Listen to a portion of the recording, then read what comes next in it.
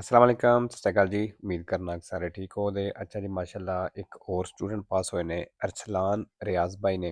Zero गलती नाल इन्हें अपनी थ्योरी पास की जी। तुहानू बहुत बहुत मुबारक होवे। ते नवे स्टूडेंट वास्ते वही चीज़ां कि इस चैनल के उत्ते 3 का पूरा कोर्स अपलोड है, सारे का सारा फ्री है, अपनी तैयारी फ्री कर सकते हो। एप्लीकेशन वैब 3 ते गूगल तो डाउनलोड होगी एंड्रॉयड फोन दे विच। अगर तुहाडे कोल आईफोन है तो फिर तुसी ऑनलाइन पढ़ सकते हो, ठीक है। तो एप्लीकेशन करनी जरूरी है, सिर्फ वीडियो वेखण नाल तैयारी नहीं होंदी। ਜਿਹੜੇ नवे स्टूडेंट ने उन्होंने शुरू में समझ कोई नहीं आती। 2 दिन 4 दिन हफ्ता 10 दिन वीडियो वेखो तो चीज़ों की तुहानू समझ आएगी, फिर आटोमैटिकली तुहानू चीज़ों का जो पता लग जाएगा तुहानू अगे समझ आनी शुरू हो जाएगी, ठीक है। तो शुरू में परेशान नहीं होना भाई मैनू समझ नहीं आ रही। ये सारे नाल होंदा है, सिर्फ तुहाडे नाल नहीं। ये जिहड़ा भी कोई पहली दफ़ा पढ़ता है उहदे नाल होंदी है चीज़ ठीक है। तो चलो जी, सवाल पढ़ लें, वेख लें कि किसका इन्हों का किस तरह का सी। Il coefficiente di aderenza ਜਿਹੜੀ रोड ग्रिप की ताकत है 1200 थोड़ी होवे ते riduce lo spazio di frenatura, कहना spazio di frenatura फिर riduce हो जाएगी, घट जाएगी। फालसो अगर टायरां की पकड़ थोड़ी है, टायरां की ग्रिप नहीं सही सड़क ते फिर spazio di frenatura वध जाएगी। क्यों?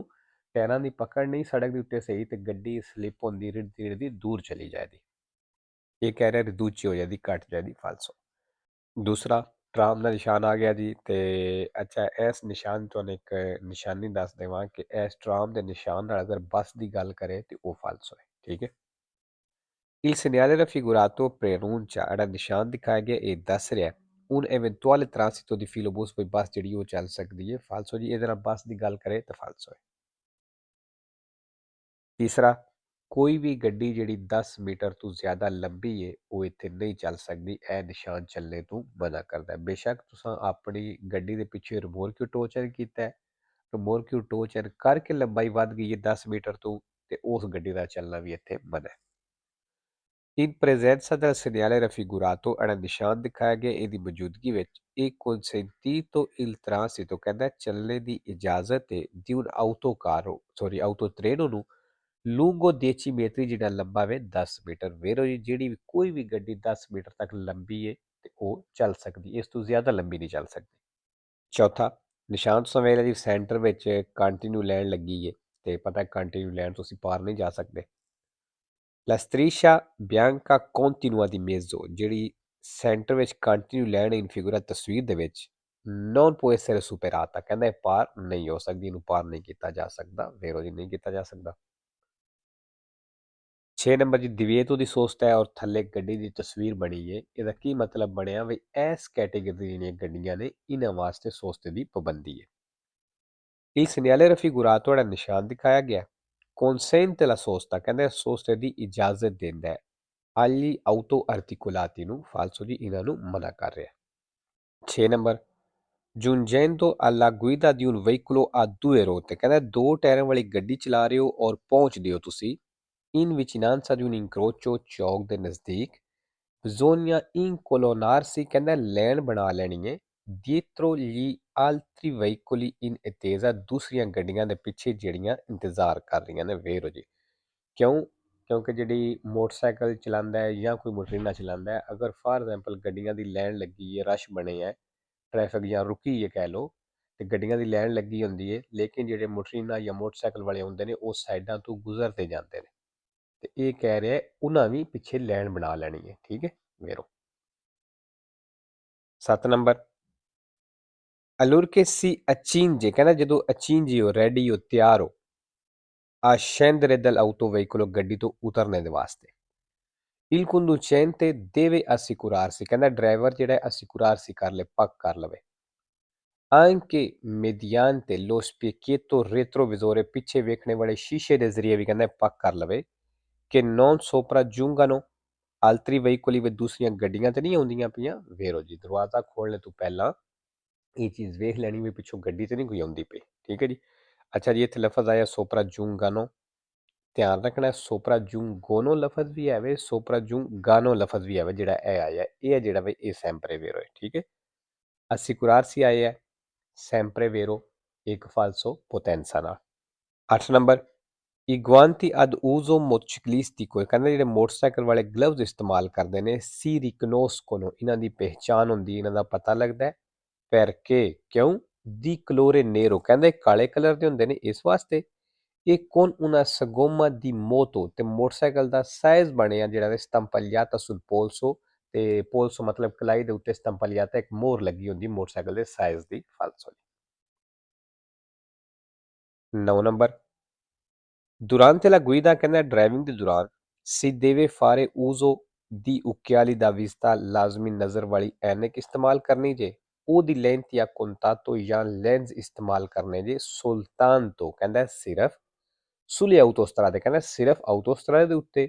ਇਹ sulle strade extremane principali ਦੇ ਉੱਤੇ ਫਾਲਸੋ ਜੀ ਜਦੋਂ ਤੁਹਾਡੇ ਪਤੈਂਤੇ ਦੇ ਵਿੱਚ ਲਿਖ ਦਿੱਤਾ ਗਿਆ ਹੈ ਕਿ ਤੁਸੀਂ ਐਨਕ ਜਾਂ ਲੈਂਸ ਇਸਤੇਮਾਲ ਕਰਨੇ ਨੇ ਓਬਲਿਕ ਹੋਏ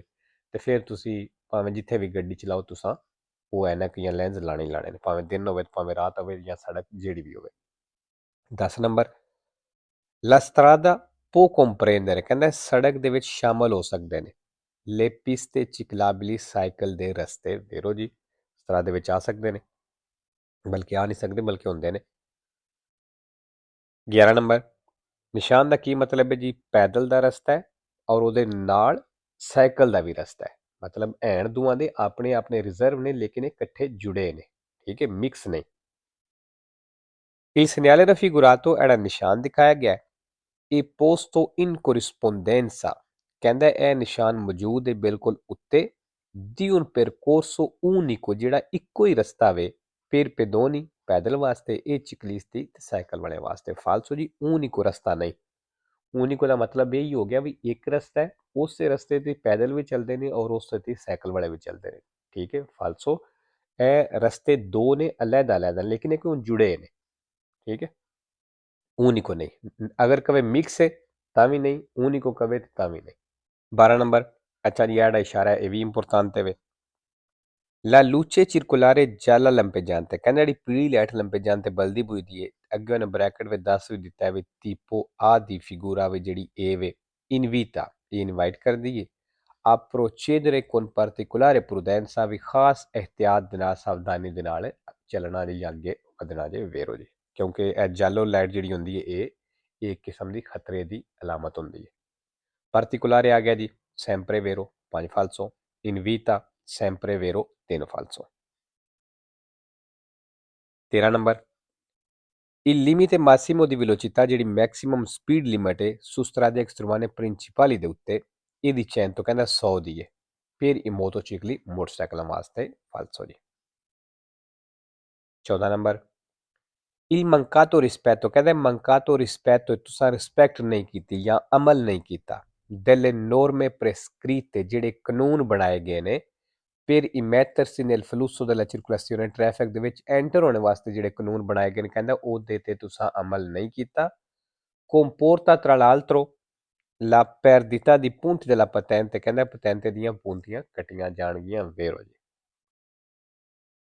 15 number autocari autotreni autoarticolati per la loro massa notevole ਕਹਿੰਦਾ ਇਹਨਾਂ ਦਾ ਵਜ਼ਨ ਕਾਫੀ ਹੁੰਦਾ ਹੈ non costituiscono ਤੇ ਕਹਿੰਦਾ ਇਹ ਨਹੀਂ ਬਣਾਉਂਦੀਆਂ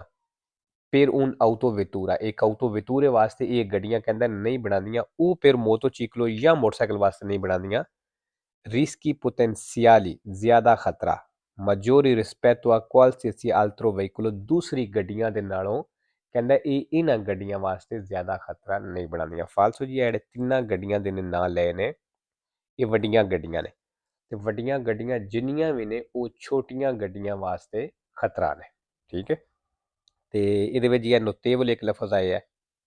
ਇਹ ਸੈਂਪਰੇ ਫਾਲਸੋ ਹੈ ਵੇਰੋ ਕੋਈ ਨਹੀਂ ਜਿਹੜੇ ਸਵਾਲ ਵਿੱਚ ਆਵੇ ਉਹ ਸਵਾਲ ਫਾਲਸੋ ਕਰਦੇ ਨੇ ਤੇ ਲਓ ਜੀ ਅੱਜ ਦੀ ਵੀਡੀਓ ਤੇ ਖਤਮ ਕਰਨੇ ਆ ਇਨਸ਼ਾਅੱਲਾ ਦੂਸਰਾ ਪਾਰਟ ਜਿਹੜਾ ਉਹ ਸ਼ਾਮ ਨੂੰ